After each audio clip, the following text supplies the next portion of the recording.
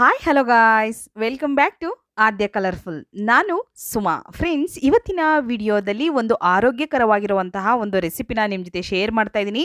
ಇದನ್ನು ನೀವು ಒಂದ್ಸಲ ದಿನಕ್ಕೆ 1 ಚಮಚ ತಿಂದರೆ ಸಾಕು, ಮೂಳೆಗಳು ಬಲವಾಗುತ್ತೆ, ಬುದ್ಧಿಶಕ್ತಿ ಹೆಚ್ಚಾಗುತ್ತೆ, ಮತ್ತು ರೋಗಗಳು ಕೂಡ ದೂರವಾಗುವಂತಹ ಸಾಂಪ್ರದಾಯಿಕ ಟಿಪ್ಸನ್ನು ನಿಮ್ಮ ಜೊತೆ ಶೇರ್ ಮಾಡ್ಕೊಳ್ತಾ ಇದ್ದೀನಿ. ಖಂಡಿತವಾಗ್ಲೂ ಈ ಒಂದು ರೆಸಿಪಿನ ಒಂದ್ಸಲ ತಯಾರಿಸಿ ನೀವು 1 ಸ್ಪೂನ್ ತಿಂದರೆ ನಿಮಗೆ ಅದರ ರಿಸಲ್ಟು ಖಂಡಿತವಾಗ್ಲೂ ಗೊತ್ತಾಗುತ್ತೆ. ಸೊ ಈಗ ಈ ಒಂದು ರೆಸಿಪಿ ಮಾಡೋದಕ್ಕೆ ಮೊದಲನೇದಾಗಿ ನಾನು ಇಲ್ಲಿ ಕೊಬ್ಬರಿನ ತೊಗೊಂಡಿದ್ದೀನಿ, ಒಣ ಕೊಬ್ಬರಿನ. ಸೊ ನೋಡ್ಬೋದು ನೀವು, ಈ ಒಂದು ಕೊಬ್ಬರಿನ ನಾನು ಒಂದ್ಸಲ ನೀಟಾಗಿ ನೀರಲ್ಲಿ ವಾಶ್ ಮಾಡ್ಕೊಳ್ತಾ ಇದ್ದೀನಿ. ಹಾಗೆ ನೀರಲ್ಲಿ ಇದನ್ನು ಒಂದು 2 ರಿಂದ 3 ನಿಮಿಷದವರೆಗೂ ಹಾಗೆ ಬಿಟ್ಬಿಡೋಣ. ಜಾಸ್ತಿ ಒಣಗಿರೋ ಅಂಥದ್ದಿದ್ದರೆ ಸ್ವಲ್ಪ ಹಸಿ ಇದ್ದರೆ ಖಂಡಿತ ನೀವು ಅದನ್ನು ಕೂಡ ಉಪಯೋಗಿಸ್ಬೋದು. ಬಟ್ ಜಾಸ್ತಿ ಇದನ್ನು ಒಣಗಿರೋದ್ರಿಂದ ನಾನು ಇದನ್ನು ಒಂದ್ಸಲ ವಾಶ್ ಮಾಡಿ ನೀರಲ್ಲಿ ಒಂದು 2 ನಿಮಿಷದವರೆಗೂ ಹಾಗೆ ಬಿಟ್ಟಿದ್ದೆ. ನಂತರ ಇದನ್ನು ಒಂದು ಬಟ್ಟೆಯಲ್ಲಿ ಒರೆಸ್ಕೊಳ್ತಾ ಇದ್ದೀನಿ, ನೋಡ್ಬೋದು. ಸೊ ಫ್ರೆಂಡ್ಸ್, ನೀವು ಯಾರಾದರೂ ಫಸ್ಟ್ ಟೈಮ್ ನನ್ನ ಚಾನಲ್ಗೆ ವಿಸಿಟ್ ಮಾಡಿದರೆ ಪ್ಲೀಸ್ ನನ್ನ ಚಾನಲ್ನ ಸಬ್ಸ್ಕ್ರೈಬ್ ಮಾಡ್ಕೊಳ್ಳಿ, ಹಾಗೆ ಲೈಕ್ ಮಾಡಿ ಮತ್ತು ಹೆಚ್ಚೆಚ್ಚು ಶೇರ್ ಮಾಡಿ ಫ್ರೆಂಡ್ಸ್. ತುಂಬಾ ಈಸಿಯಾಗಿ ಇರುವಂತಹ ಒಂದು ರುಚಿಯಾಗಿರುವಂತಹ ಮತ್ತು ಆರೋಗ್ಯಕ್ಕೂ ಕೂಡ ತುಂಬಾ ಒಳ್ಳೆಯದಿರುವಂತಹ ಒಂದು ರೆಸಿಪಿ ಇದು. ಖಂಡಿತವಾಗ್ಲೂ ನೀವು ಇದನ್ನು ಒಂದ್ಸಲ ತಯಾರಿಸಿ ಇದನ್ನು ನೀವು 2 ರಿಂದ 3 ತಿಂಗಳವರೆಗೂ ಕೂಡ ಸ್ಟೋರ್ ಮಾಡಿ ಇಡುವಂತಹ ಒಂದು ರೆಸಿಪಿ ಇದು. ನೋಡಿ, ಈ ರೀತಿ ನಾನು ಕೊಬ್ಬರಿನ ಕಟ್ ಮಾಡ್ಕೊಳ್ತಾ ಇದ್ದೀನಿ. ಹೀಗೆ ನಾವು ಕಲ್ಲಂಗಡಿ ಹಣ್ಣನ್ನು ಕಟ್ ಮಾಡ್ಕೊಳ್ತೀವಲ್ಲ ತರಬೇಕಾದ್ರೆ, ಅದು ಹಣ್ಣಾಗಿದೆಯೋ ಇಲ್ವೋ ಅನ್ನೋ ಥರ ನಾವು ಹೇಗೆ ಕಟ್ ಮಾಡ್ಕೊಳ್ತೀವೋ ಆ ಥರ ಬೇಕಿದ್ರೂ ನೀವು ಕಟ್ ಮಾಡ್ಕೋಬೋದು, ಇಲ್ಲಾಂದರೆ ಈ ಥರ ನೀವು ಕಟ್ ಮಾಡ್ಕೋಬೋದು. ಸೊ ನಾವು ನೋಡಿ, ಈ ರೀತಿ ನಾನು ಫಸ್ಟು ಮಾರ್ಕ್ ಮಾಡ್ಕೊಳ್ತಾ ಇದ್ದೀನಿ. ಸ್ವಲ್ಪ ಒಣಗಿರೋದ್ರಿಂದ ನೀರಲ್ಲಿ ಒಂದು 2 ನಿಮಿಷ ನಾವು ಬಿಟ್ಟರೆ ಸ್ವಲ್ಪ ಅದು ಸ್ಮೂತ್ ಆಗುತ್ತೆ, ಹಾಗಾಗಿ ನಾನು ಅದನ್ನು ನೀರಲ್ಲಿ ಬಿಟ್ಟಿದ್ದೆ. ನಂತರ ಈಗ ಹೀಗೆ ಕಟ್ ಮಾಡ್ಕೊಳ್ತೀನಿ. ನೋಡಿ, ಸ್ಕ್ವೇರ್ ಶೇಪಲ್ಲಿ ಈಗ ಕಟ್ ಮಾಡ್ಕೊಳ್ಳೋಣ. ಇದನ್ನು ಈ ರೀತಿ ಕಟ್ ಮಾಡಿಕೊಂಡು ಇದನ್ನು ತಾತ ಅಜ್ಜಿಯ ಕಾಲದಲ್ಲೂ ಕೂಡ ಈ ಒಂದು ಪಾಕವಿಧಾನವನ್ನು ತಯಾರಿಸಿರ್ತಾರೆ ಕೆಲವೊಬ್ಬರು. ಕೆಲವೊಬ್ಬರು ತಯಾರಿಸಿಲ್ಲ ಅಂದರೆ ಖಂಡಿತ ಈ ಒಂದು ವಿಧಾನದಲ್ಲಿ ತಯಾರಿಸಿ ನಿಮ್ಮ ಒಂದು ಶಕ್ತಿಯನ್ನು ಬುದ್ಧಿಶಕ್ತಿಯನ್ನು ಅಥವಾ ನಿಮ್ಮ ಮೂಳೆಗಳನ್ನು ಗಟ್ಟಿ ಮಾಡ್ಕೋಬೇಕು ಅಂದರೆ ಈ ಒಂದು ರೆಸಿಪಿನ ಖಂಡಿತವಾಗ್ಲೂ ನೀವು ತಯಾರಿಸಬೇಕು. ಆರೋಗ್ಯಕರವಾಗಿರುವಂತಹ ಒಂದು ರೆಸಿಪಿ ಇದು. ನೋಡಿ, ಈ ರೀತಿ ನಾನು ಕಟ್ ಮಾಡ್ಕೊಳ್ತಾ ಇದ್ದೀನಿ. ನೋಡಿ, ಈ ರೀತಿ ಕಟ್ ಮಾಡಿ ಕೊಬ್ಬರಿ ಒಳಗಡೆ ಚೆನ್ನಾಗಿದೆಯಾ ಅಂತ ಫಸ್ಟು ನೋಡ್ಕೊಂಬಿಡಿ. ಯಾಕೆಂದರೆ ಕೆಲವೊಂದು ಸಲ ಕೊಬ್ಬರಿ ಒಳಗೆ ಕೆಟ್ಟೋಗಿರುತ್ತೆ, ನಮಗೆ ಗೊತ್ತಾಗೋದಿಲ್ಲ, ಅದನ್ನೇ ಉಪಯೋಗಿಸೋದು ಬೇಡ. ಹಾಗಾಗಿ ಕೊಬ್ಬರಿಯನ್ನು ಕಟ್ ಮಾಡ್ಕೊಂಡ ನಂತರ ಒಳಗಡೆ ಕ್ಲೀನಾಗಿದೆಯಾ, ಅದು ಕೆಟ್ಟೋಗಿದೆಯಾ ಇಲ್ವಾ ಅನ್ನೋದನ್ನು ಒಂದು ಸಲ ನೋಡ್ಕೊಳ್ಳಿ. ನಂತರ ಈಗ ಇಲ್ಲಿ ಬಾದಾಮನ್ನ ತೊಗೊಂಡಿದ್ದೀನಿ, ಒಂದು ಅರ್ಧ ಕಪ್ ಆಗೋಷ್ಟು ಬಾದಾಮಿನ ತೊಗೊಂಡಿದ್ದೀನಿ ನಾನಿಲ್ಲಿ. ನೋಡಿ, ಫ್ರೆಶ್ ಆಗಿರೋಂತಹ ಬಾದಾಮಿನ ತೊಗೊಳ್ತಾ ಇದ್ದೀನಿ. ಸೊ ಇದನ್ನು ನೀರಲ್ಲಿ ನೆನೆಸಿರೋದು ಆ ಥರದ್ದೇನೂ ಇಲ್ಲ. ಬಾದಾಮಿ ತುಂಬಾ ಆರೋಗ್ಯಕ್ಕೆ ಒಳ್ಳೆಯದು. ಖಂಡಿತ ಮಕ್ಕಳಿಗೆ ಬೆಳಿಗ್ಗೆ ಹೊತ್ತು ನಾವು ರಾತ್ರಿ ಬಾದಾಮಿನ ನೆನೆಸಿ ಮಕ್ಕಳಿಗೆ ಬೆಳಿಗ್ಗೆ ಹೊತ್ತು ಕೊಡೋದ್ರಿಂದ ಆ ಮಕ್ಕಳಿನ ಬುದ್ಧಿಶಕ್ತಿ ಕೂಡ ಹೆಚ್ಚಾಗುತ್ತೆ, ಶಾರ್ಪ್ ಆಗ್ತಾರೆ ಅಂತ ಹೇಳ್ತಾರೆ. ಖಂಡಿತವಾಗ್ಲೂ ಇದ್ದರೆ ಮಕ್ಕಳಿಗೆ ದಿನಾಲೂ ಕೂಡ 2 ಬಾದಾಮಿಯನ್ನು ಕೊಡಿ ಫ್ರೆಂಡ್ಸ್. ಓಕೆ, ನಾನೀಗ ಇದಕ್ಕೆ ಮತ್ತೆ ಸ್ವಲ್ಪ ಅರ್ಧ ಕಪ್ ಆಗೋಷ್ಟು ಗಸಗಸೆಯನ್ನು ತೊಗೊಂಡಿದ್ದೀನಿ. ನೋಡಿ, ಬಾದಾಮ್ ಅರ್ಧ ಕಪ್ಪು ಗಸಗಸೆ ತೊಗೊಂಡಿದ್ದೀನಿ. ನೀಟಾಗಿ ಇದನ್ನು ಕ್ಲೀನ್ ಮಾಡಿಕೊಂಡು ನಾವು ಒಂದು ಅರ್ಧ ಕಪ್ ಆಗೋಷ್ಟು ತಗೊಳ್ಳೋಣ. ಗಸಗಸೆ ಕೂಡ ತುಂಬಾ ಒಳ್ಳೆಯದು. ಶೀತ ಇರೋವಂಥರಿಗೆಲ್ಲ ಗಸಗಸೆ ಪಾಯಸ ಎಲ್ಲ ಮಾಡಿ ಕೊಡ್ತಾರೆ, ತುಂಬಾ ಈಟಾಗಿರುತ್ತೆ, ತುಂಬಾ ಆರೋಗ್ಯಕ್ಕೆ ಒಳ್ಳೆಯದು ಈ ಒಂದು ಗಸಗಸೆ ಕೂಡ. ಸೊ ಇಲ್ಲಿ ಈ ಒಂದು ರೆಸಿಪಿಯಲ್ಲಿ ಉಪಯೋಗಿಸುವಂತಹ ಒಂದು ಇಂಗ್ರೀಡಿಯೆಂಟ್ಸ್ ಎಲ್ಲವೂ ಕೂಡ ತುಂಬಾ ಆರೋಗ್ಯಕ್ಕೆ ಒಳ್ಳೆಯದಿರುವಂತಹ ಇಂಗ್ರೀಡಿಯೆಂಟ್ಸ್ನೇ ಉಪಯೋಗಿಸಿ ಮಾಡ್ತಿರೋವಂಥದ್ದು. ಮತ್ತು ಇದನ್ನು ನೀವು ಸ್ಟೋರ್ ಮಾಡಿ ಇಡೋದ್ರಿಂದ ಇದು ಎಲ್ಲ ಡ್ರೈ ಇರೋವಂಥದ್ದನ್ನೇ ಉಪಯೋಗಿಸ್ತಾ ಇದ್ದೀವಿ. ಹಾಗಾಗಿ ಖಂಡಿತ 2 ರಿಂದ 3 ತಿಂಗಳವರೆಗೂ ಕೂಡ ನೀವು ಸ್ಟೋರ್ ಮಾಡಿ ಇಡ್ಬೋದು. ನೋಡಿ, ಗಸಗಸೆ ಮತ್ತು ಬಾದಾಮಿ ಎರಡನ್ನೂ ಕೂಡ ತೊಗೊಂಡಿದ್ದೀನಿ. ಸೊ ಇವಾಗ ಫಸ್ಟಿಗೆ ನಾವು ಕೊಬ್ಬರಿಯನ್ನು ತೊಗೊಳ್ಳೋಣ. ಕ್ಲೀನ್ ಮಾಡಿರುವಂತಹ ಕೊಬ್ಬರಿ, ಅದನ್ನು ಕಟ್ ಮಾಡಿ ಇಟ್ಕೊಂಡಿದ್ದೀವಲ್ಲ ಆ ಕೊಬ್ಬರಿಯನ್ನು ನಾನು ತೊಗೊಳ್ತಾ ಇದ್ದೀನಿ.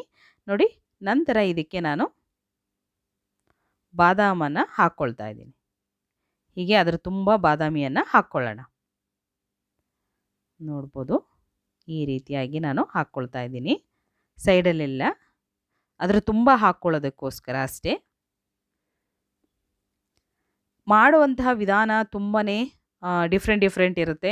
ಸೊ ಖಂಡಿತವಾಗ್ಲೂ ಡಿಫ್ರೆಂಟಾಗಿದೆ ಅಂತ ಅದನ್ನು ನೆಗ್ಲೆಕ್ಟ್ ಮಾಡಬಾರ್ದು. ನಾವು ಕೂಡ ಒಂದ್ಸಲ ಆ ಒಂದು ಡಿಫ್ರೆಂಟ್ ವಿಧಾನದಲ್ಲಿ ತಯಾರಿಸಿ ನಾವು ಕೂಡ ಅದರ ಟೇಸ್ಟ್ ನೋಡಿದಾಗಲೇ ನಮಗೆ ಗೊತ್ತಾಗೋದು ಇದು ಬೆನಿಫಿಟ್ ಇದೆಯೋ ಇದರಿಂದ ಇಲ್ವೋ ಅನ್ನೋದು ನಮಗೆ ತಿಳಿಯುತ್ತೆ. ಖಂಡಿತವಾಗ್ಲೂ ತುಂಬಾ ಒಳ್ಳೆಯದು. ಯಾಕೆಂದರೆ ಇದನ್ನು ನಾವು ಸುಮಾರು ವರ್ಷಗಳಿಂದ ತಯಾರಿಸಿ ನಾವು ಅದನ್ನು ಉಪಯೋಗಿಸ್ತಾ ಇದ್ದೀವಿ. ನೀವು ಕೂಡ ಖಂಡಿತವಾಗ್ಲೂ ತಯಾರಿಸಿ, ನಿಮಗೂ ಕೂಡ ಅದರ ರಿಸಲ್ಟು ಗೊತ್ತಾಗುತ್ತೆ.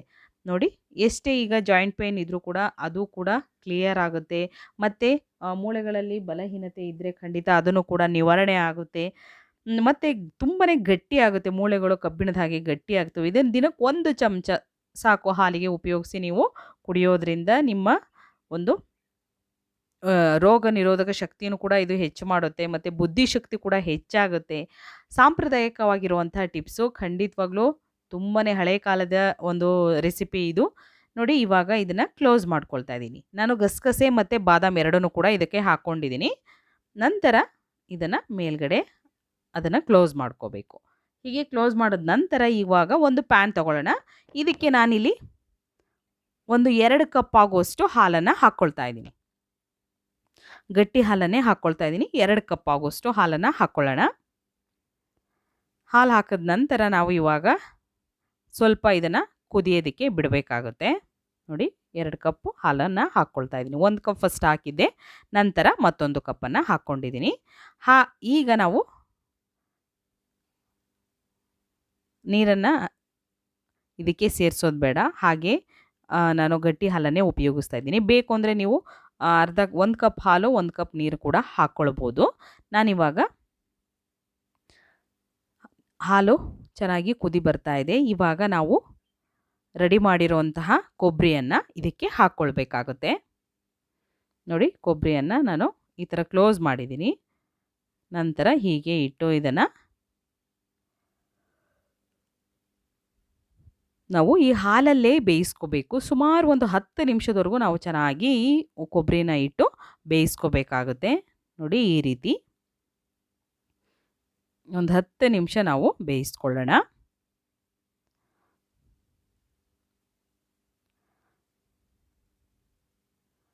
ಈ ರೀತಿಯಾಗಿ ಹಾಲು ಏನು ನಾವು ಪಾತ್ರೆಯಲ್ಲಿ ಹಾಲು ಹಾಕಿರ್ತೀವೋ ಅದು ಅರ್ಧ ಆಗಬೇಕು. ಅಲ್ಲಿವರೆಗೂ ಇದನ್ನು ಚೆನ್ನಾಗಿ ನಾವು ಹೀಗೆ ಕೊಬ್ಬರಿಯನ್ನು ಬೇಯಿಸ್ಕೋಬೇಕು ಹಾಲಲ್ಲೇ. ಸೊ ಫ್ರೆಂಡ್ಸ್, ಖಂಡಿತವಾಗ್ಲೂ ನಿಮಗೆ ಈ ವಿಡಿಯೋ ಸ್ವಲ್ಪನಾದರೂ ಇಷ್ಟ ಆಗಿದರೆ ಚಾನಲ್ನ ಸಬ್ಸ್ಕ್ರೈಬ್ ಮಾಡ್ಕೊಳ್ಳಿ ಫ್ರೆಂಡ್ಸ್. ಹಾಗೆ ನನ್ನ ವಿಡಿಯೋಗಳನ್ನು ಯಾರಾದರೂ ನೋಡಿಲ್ಲ ಅಂದರೆ ದಯವಿಟ್ಟು ನಿಮ್ಮ ಫ್ರೆಂಡ್ಸ್ ಸರ್ಕಲಲ್ಲಿ ನನ್ನ ವಿಡಿಯೋಗಳನ್ನು ಶೇರ್ ಮಾಡಿ, ಅವರು ಕೂಡ ನೋಡಲಿ. ಇಷ್ಟ ಆದರೆ ಚಾನಲ್ನ ಸಬ್ಸ್ಕ್ರೈಬ್ ಮಾಡ್ಕೊಳ್ಳಿ. ಓಕೆ, ನೋಡಿ, ಈ ರೀತಿ ನಾನು ಸ್ಪೂನ್ ಸಹಾಯದಿಂದ ಹೀಗೆ ಸೈಡಲ್ಲೆಲ್ಲ ಹಾಲು ಹಾಕ್ತಾ ಇದ್ದೀನಿ. ಸೈಡಲ್ಲೆಲ್ಲ ಚೆನ್ನಾಗಿ ಅದು ಬೇಯಲಿ ಅನ್ನೋದಕ್ಕೋಸ್ಕರ ನೋಡ್ಬೋದು ನೀವು. ಈ ರೀತಿಯಾಗಿ ನಾನು ಒಂದು 10 ನಿಮಿಷದವರೆಗೂ ಚೆನ್ನಾಗಿ ಇದನ್ನು ಬೇಯಿಸ್ಕೊಂಡಿದ್ದೀನಿ. ನಂತರ ಇವಾಗ ಅದರಲ್ಲಿರುವಂತಹ ಬಾದಾಮ್ ಮತ್ತು ಗಸಗಸೆನ ತೆಗೆದು ನಂತರ ಈ ರೀತಿ ಕಟ್ ಮಾಡ್ಕೊಳ್ತಾ ಇದ್ದೀನಿ. ನೋಡಿ, ಈ ರೀತಿ ಕೊಬ್ಬರಿಯನ್ನು ನಾವು ಸಣ್ಣ ಸಣ್ಣ ಪೀಸಾಗಿ ಕಟ್ ಮಾಡ್ಕೋಬೇಕು. ಹೀಗೆ ಕಟ್ ಮಾಡಿ ನಾನು ಒಂದು ತಟ್ಟೆಗೆ ಹಾಕ್ಕೊಳ್ತಾ ಇದ್ದೀನಿ. ನೋಡ್ಬೋದು, ಈ ರೀತಿ ಸಣ್ಣದಾಗಿ ಕಟ್ ಮಾಡಿ ಹಾಕ್ಕೊಂಡಿದ್ದೀನಿ. ಬೇಕು ಅಂದರೆ ಇನ್ನೂ ಸಣ್ಣ ಮಾಡ್ಕೋಬೋದು ನೀವು. ನಾನಿವಾಗ ಒಂದು ಕೊಬ್ಬರಿಯನ್ನು ಪೂರ್ತಿ ಈ ರೀತಿ ಕಟ್ ಮಾಡಿಕೊಂಡು ಒಂದು ಮಿಕ್ಸಿ ಜಾರ್ ತೊಗೊಂಡಿದ್ದೀನಿ. ಜಾರಿಗೆ ಹಾಕ್ಕೊಳ್ತೀನಿ.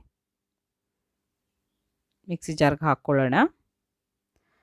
ತುಂಬಾ ಹೆಲ್ತಿಯಾಗಿರುವಂತಹ ಒಂದು ರೆಸಿಪಿ, ಖಂಡಿತವಾಗ್ಲೂ ಆರೋಗ್ಯಕ್ಕೆ ತುಂಬಾ ಒಳ್ಳೆಯದು ಫ್ರೆಂಡ್ಸ್. ಇದನ್ನು ನೀವು ಚಿಕ್ಕ ಮಕ್ಕಳಿಂದ ಹಿಡಿದು 70 ವರ್ಷ 80 ವರ್ಷ 100 ವರ್ಷದವರೆಗೂ ದೊಡ್ಡವ್ರಿಗೂ ಕೂಡ ಕೊಡುವಂತಹ ಒಂದು ರೆಸಿಪಿ. ಖಂಡಿತವಾಗ್ಲೂ ತುಂಬಾ ಒಳ್ಳೆಯ ರೆಸಿಪಿ. ನೀವು ಕೂಡ ಮನೆಯಲ್ಲಿ ತಯಾರಿಸಿ. ಇದಕ್ಕೆ ನೋಡಿ, ಈಗ ನಾವು ಬೇಯಿಸಿರೋಂಥ ಬಾದಾಮ್ ಇತ್ತಲ್ಲ, ಆ ಬಾದಾಮನ್ನು ಕೂಡ ಹಾಕ್ಕೊಂಡಿದ್ದೀನಿ. ಹಾಗೆ ಗಸಗಸೆ ಕೂಡ ಹಾಕ್ಕೊಳ್ತಾ ಇದ್ದೀನಿ. ಕೊಬ್ಬರಿಯಲ್ಲಿ ಹಾಕಿದ್ವಲ್ಲ, ಬಾದಾಮಿ ಮತ್ತು ಗಸಗಸೆ ಎರಡನ್ನೂ ಕೂಡ ಹಾಕ್ಕೊಳ್ತಾ ಇದ್ದೀನಿ ನಾನು. ನಂತರ ಇದಕ್ಕೆ ಸೋಂಪನ್ನು ಹಾಕ್ಕೊಳ್ಳೋಣ. ನೋಡಿ, ಸ್ವಲ್ಪ ನಾನು ಸೋಂಪನ್ನು ಹಾಕ್ಕೊಂಡಿದ್ದೀನಿ. ಹಾಗೆ ಇದಕ್ಕೆ ಒಂದು 4ರಿಂದ ಒಂದು 10 ಲವಂಗ ಮೆಣಸನ್ನು ಹಾಕ್ಕೊಂಡಿದ್ದೀನಿ. 10 ಮೆಣಸನ್ನು ಹಾಕ್ಕೊಂಡಿದ್ದೀನಿ ನಾನು. ಮತ್ತು ಈಗ ಏಲಕ್ಕಿ ಕೂಡ ಹಾಕ್ಕೊಳ್ಬೇಕು ಇದಕ್ಕೆ.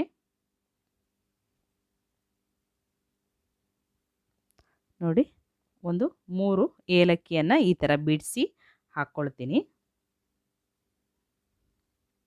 ತುಂಬಾ ಘಮ ಅಂತ ಇರುತ್ತೆ. ಇದನ್ನು ನಾವು ಪೌಡರ್ ಮಾಡಿದಾಗಂತೂ ಎಷ್ಟು ಘಮ ಅಂತ ಇರುತ್ತೆ ಅಂದರೆ ಅಷ್ಟು ಚೆನ್ನಾಗಿರುತ್ತೆ. ನೋಡಿ, ಈ ರೀತಿ ನಾನು ಏಲಕ್ಕಿ ಒಂದು 3 ಹಾಕ್ಕೊಂಡಿದ್ದೀನಿ. ನಂತರ ಇವಾಗ ಇದನ್ನು ಪೌಡರ್ ಮಾಡ್ಕೊಂಬರೋಣ. ನೋಡಿ ಇಷ್ಟು ಪೌಡರ್ ಮಾಡ್ಕೊಂಬಂದರೆ ಸಾಕು. ಬೇಕು ಅಂದರೆ ನೀವು ಇನ್ನೂ ಇದನ್ನು ನುಣ್ಣಗೆ ಮಾಡ್ಕೊಂಬರ್ಬೋದು. ನೋಡಿ ಈ ರೀತಿ ಪೌಡರ್ ಮಾಡ್ಕೊಂಡಿದ್ದೀನಿ. ಪೌಡರ್ ಮಾಡಿರೋ ಅಂಥದ್ದನ್ನು ಈಗ ಒಂದು ಬೌಲಿಗೆ ಫಸ್ಟಿಗೆ ಹಾಕ್ಕೊಳ್ಳೋಣ. ನೋಡಿ ಬೌಲಿಗೆ ಹಾಕ್ಕೊಳ್ತಾ ಇದ್ದೀನಿ ನಾನು.